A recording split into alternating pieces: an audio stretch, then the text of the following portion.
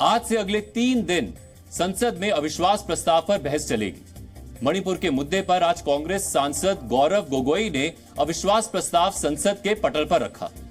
इन्होंने ही पहले 26 जुलाई को अविश्वास प्रस्ताव का नोटिस लोकसभा अध्यक्ष को सौंपा था। आज अविश्वास प्रस्ताव पर बहस की शुरुआत करते हुए गौरव गोगोई ने करीब 35 मिनट तक भाषण दिया। इसमें उन्होंने मणिपुर ही नहीं, देश की सुरक्षा, नीति, चीन और ड्रग्स जैसे मुद्दों को भी उठाया।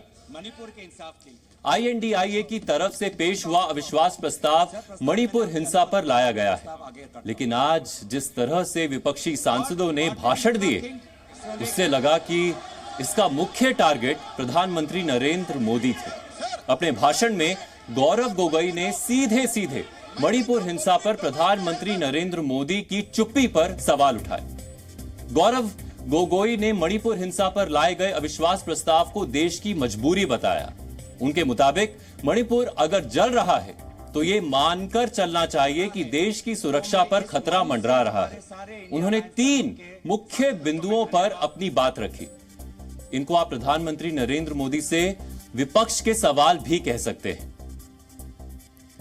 गौरव गोगोई ने पहला सवाल यह पूछा कि प्रधानमंत्री नरेंद्र मोदी अब तक मणिपुर क्यों नहीं गए। अब यह सवाल क्यों पूछा गया, यह भी जान लीजिए। दरअसल पिछले 3 महीने से मणिपुर में हिंसा भड़की हुई है। कुकी और मेतेई समुदाय के बीच अनुसूचित जनजाति आरक्षण को लेकर विवाद है, लेकिन तब से लेकर अब तक प्रधानमंत्री नरेंद्र मोदी एक बार भी मणिपुर नहीं गए। गौरव गोगोई ने दूसरा सवाल यह पूछा कि प्रधानमंत्री नरेंद्र मोदी को मणिपुर हिंसा पर बोलने में 80 दिन क्यों लग गए और उन्होंने केवल 30 सेकंड क्यों बोला। यह सवाल भी इसीलिए पूछा गया क्योंकि 3 मई से मणिपुर में हिंसा चल रही है, लेकिन प्रधानमंत्री नरेंद्र मोदी ने इस मुद्दे पर 20 जुलाई तक कुछ नहीं कहा था। उन्होंने इस मुद्दे पर तब बोला जब 20 जुलाई से शुरू हो रहे मॉनसून सत्र से ठीक पहले 2 महिलाओं के साथ भीड़ की अभद्रता का वीडियो वायरल हो गया। वीडियो को लेकर जब हंगामा बढ़ा, तब मॉनसून सत्र के पहले दिन पत्रकारों को संबोधित करते हुए प्रधानमंत्री नरेंद्र मोदी ने मणिपुर हिंसा पर दुख जताया था। गौरव गोगोई ने तीसरा सवाल यह पूछा कि मणिपुर हिंसा पर प्रधानमंत्री नरेंद्र मोदी ने मणिपुर के मुख्यमंत्री एन बीरेन्द्र सिंह को अभी तक क्यों नहीं हटाया। दरअसल मणिपुर हिंसा के दौरान एक मुख्यमंत्री के तौर पर एन बीरेन्द्र सिंह काफी कमजोर साबित हुए हैं। इस हिंसा को रोकने में भी बीरेन्द्र सिंह नाकाम हो रहे हैं। यही वजह है कि INDIA ने बीरेन्द्र सिंह के मुख्यमंत्री पद पर बने रहने को लेकर सवाल उठाया। दरअसल उत्तराखंड और गुजरात में एक ही कार्यकाल में कई मुख्यमंत्रियों को हटाकर दूसरे व्यक्ति को मुख्यमंत्री पद पर बैठाया गया है। इसीलिए विपक्ष ने मणिपुर के मुख्यमंत्री को भी बदलने की मांग की। इन 3 पॉइंट्स में गौरव गोगोई ने न सिर्फ प्रधानमंत्री नरेंद्र मोदी से सवाल किए, बल्कि उन्होंने इन सवालों पर उनके जवाब ना देने की वजह भी बताई। ये हमारी मजबूरी है कि हम अविश्वास प्रस्ताव हमें लाना पड़ा, क्योंकि ये बात कभी भी संख्या की नहीं थी। ये बात हमेशा इंसाफ की थी, मणिपुर के इंसाफ की थी। ये अविश्वास प्रस्ताव मणिपुर के लिए हम लाए हैं, इंडिया अलायंस, क्योंकि मणिपुर आज इंसाफ मांगता है। मणिपुर का युवा इंसाफ मांगता है, मणिपुर की बेटी इंसाफ मांगती है, मणिपुर के किसान इंसाफ मांगते हैं, मणिपुर के छात्र इंसाफ मांगते हैं। और मार्टिन लूथर किंग ने कहा है, मार्टिन लूथर किंग ने कहा है कि अगर कहीं भी नाइंसाफी हो तो वो हर जगह के लिए इंसाफ का खतरा बन सकता है। Injustice anywhere is a threat to justice everywhere. तो ये जो घटनाएं मणिपुर में हो रही है, इसको ये हम ना समझे कि उत्तर पूर्वांचल के किसी कोने में हो रहा है, ये भारत में हो रहा है सर। अगर मणिपुर जल रहा है तो भारत जल रहा है। अगर मणिपुर में आग लगी है तो भारत में आग लगी है। अगर मणिपुर विभाजित हुआ है तो भारत विभाजित हुआ है। तो आज हम सिर्फ मणिपुर की बात नहीं कर रहे, हम भारत की बात कर रहे हैं। सर, हमारी मांग स्पष्ट थी कि देश के मुखिया होने के नाते प्रधानमंत्री सदन में आए, अपनी बात रखे, अपनी संवेदना प्रकट करे और उस पर सारे पार्टी समर्थन दे और मणिपुर को एक संदेश जाए कि इस दुख की घड़ी में पूरा सदन मणिपुर के साथ है, हम मणिपुर में शांति चाहते हैं। यह हमारी अपेक्षा थी, यह हमारी अपेक्षा थी। लेकिन अफसोस की बात है कि ऐसा नहीं हुआ। प्रधानमंत्री महोदय ने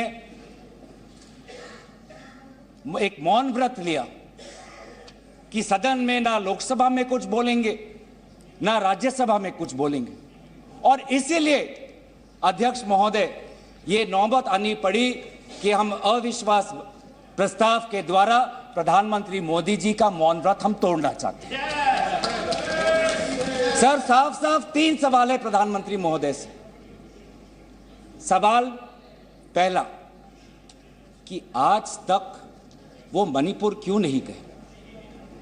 राहुल जी गए, इंडिया अलायंस के विभिन्न पार्टीज गए, गृह मंत्री जी गए, एमओएस होम गए, पर देश के मुखिया होने के नाते प्रधानमंत्री मोदी जी क्यों नहीं गए? यह है सवाल पहला।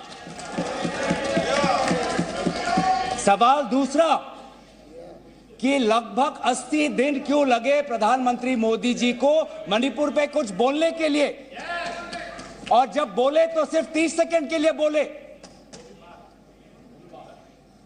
और उसके पश्चात आज तक भी प्रधानमंत्री मोदी जी की तरफ से ना कोई संवेदना का शब्द, ना कोई शांति की याचना। मंत्री मंडल बोल रहे हैं कि हम बोलेंगे, हम बोलेंगे।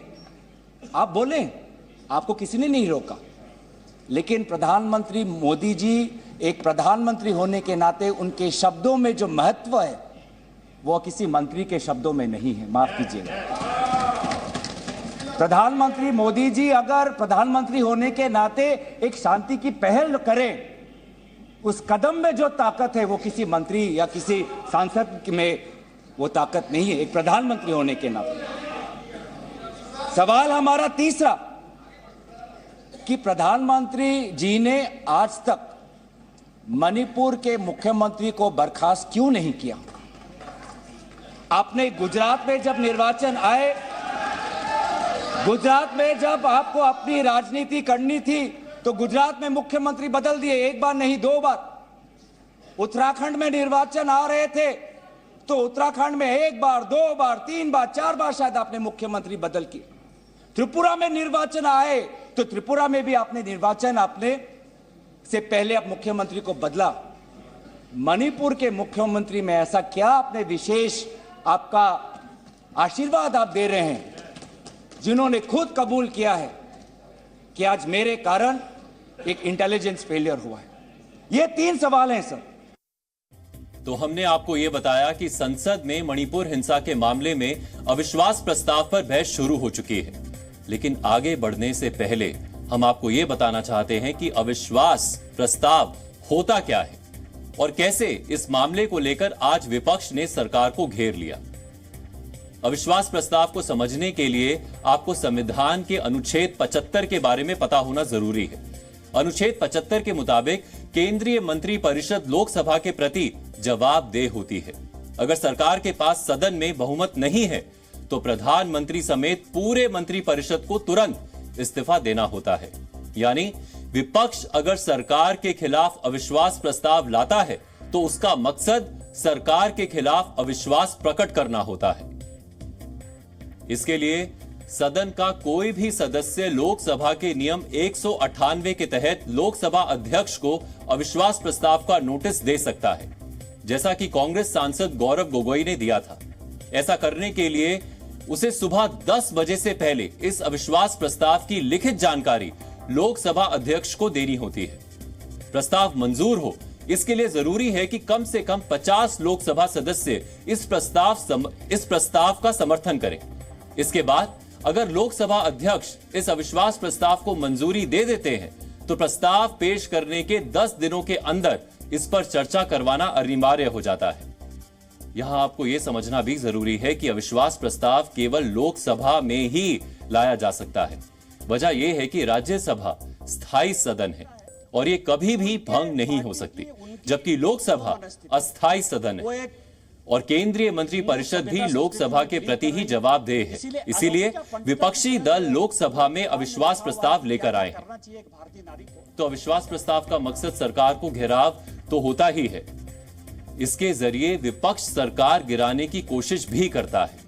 लेकिन फिलहाल लोकसभा में केंद्र सरकार की जो स्थिति है, उसमें सरकार को किसी भी तरह के नुकसान की गुंजाइश नजर नहीं आती।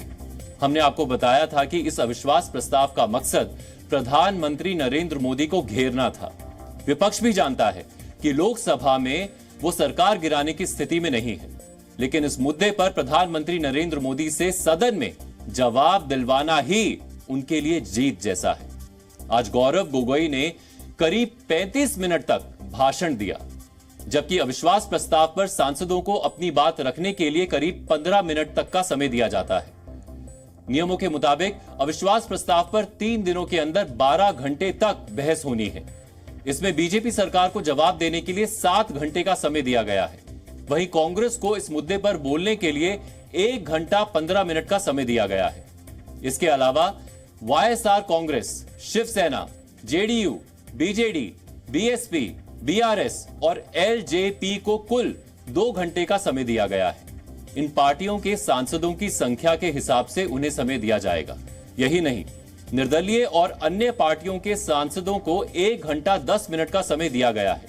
आज अविश्वास प्रस्ताव पर बहस का पहला दिन था, तो प्रस्ताव रखने के लिए गौरव गोगोई ने 35 मिनट ले लिए। हालांकि उन्हें मणिपुर के अलावा कई मुद्दों पर बीजेपी को निशाने पर लिया। जैसे उन्होंने अटल बिहारी वाजपेयी के उन शब्दों को कोट किया जो उन्होंने गुजरात दंगों के बाद गुजरात सरकार के लिए कहे थे। यही नहीं, गौरव गोगोई ने मणिपुर में महिलाओं के साथ हुई अभद्रता और राज्य की बीजेपी सरकार की नाकामी पर केंद्र को घेरे में लिया। मैं मणिपुर के मुख्यमंत्री को इस सदन से पूर्व प्रधानमंत्री वाजपेयी जी की राजधर्मों को याद करने के लिए सलाह दूंगा, जिन्होंने कहा कि राजा के लिए, शासक के लिए प्रजा में भेद नहीं हो सकता, ना जन्म के आधार पर, ना जाति के आधार पर, ना समुदाय के आधार पर। सर, आज इस माहौल में अगर सबसे ज्यादा पीड़ा किसी को झेलना पड़ा है तो महिलाओं और बच्चों को। हमने देखे हैं वो वायरल वीडियो में, उनका मैं उल्लेख नहीं करना चाहूंगा, उससे सबको पीड़ा हुआ। पर ऐसे मुख्यमंत्री जी ने स्वयं कहे कि ऐसे 100 FIRs हैं। हम भी गए हैं सर, इंडिया डेलीगेशन, हमारे संसदीय दल, उस परिवार से हम मिलके आए हैं जिसमें 2 महिलाओं के साथ इतना बुरा व्यवहार हुआ, अत्याचार हुआ। हमने ऐसे भी एक परिवार से मिले जिसमें एक 80 साल की महिला, जो एक स्वतंत्रता संग्रामी की पत्नी थी, उसको घर के अंदर बंद करके जिंदा जला दिया। जो 2 महिला जिसको लेकर आज सुप्रीम कोर्ट तक ये बात गई है, उसमें से एक महिला का पति कारगिल में हमारे देश के लिए हमारी सीमा को सुरक्षा कर रहा था। वो कारगिल का जवान बोल रहा है, मैंने देश को बचाया पर मैं अपने घर और अपने परिवार को नहीं बचा पाया। जब हम उनसे मिलते हैं तो हमको क्या कहें? आप लोग कहते हैं हम फोटो ऑप करने गए थे। सर, दुख के समय में संवेदना उनको देने गए थे। आज महिलाओं, बच्चों के साथ आऊंगा, अब सारे बातों पे आऊंगा, सब पे आऊंगा। धर्मीय जगह को भी बख्शा नहीं गया। धर्मीय अनुष्ठान पर भी आज भीड़ घुसी और उसका असम्मान किया। आज इंटरनेट नहीं है। आप कहते हैं कि सब नॉर्मल है, स्थिर है, आज भी इंटरनेट नहीं है। बच्चे स्कूल नहीं जा पा रहे, लोग अपनी बातें नहीं रख पा रहे। आज भी कितनी महिलाओं पर अत्याचार हुआ है, वो अपनी बात ही नहीं रख पा रहे। वो तो वीडियो वायरल हो गया, नहीं तो मुझे लगता था कि आज तक प्रधानमंत्री मोदी जी मौन रहते अगर वीडियो वायरल नहीं होता।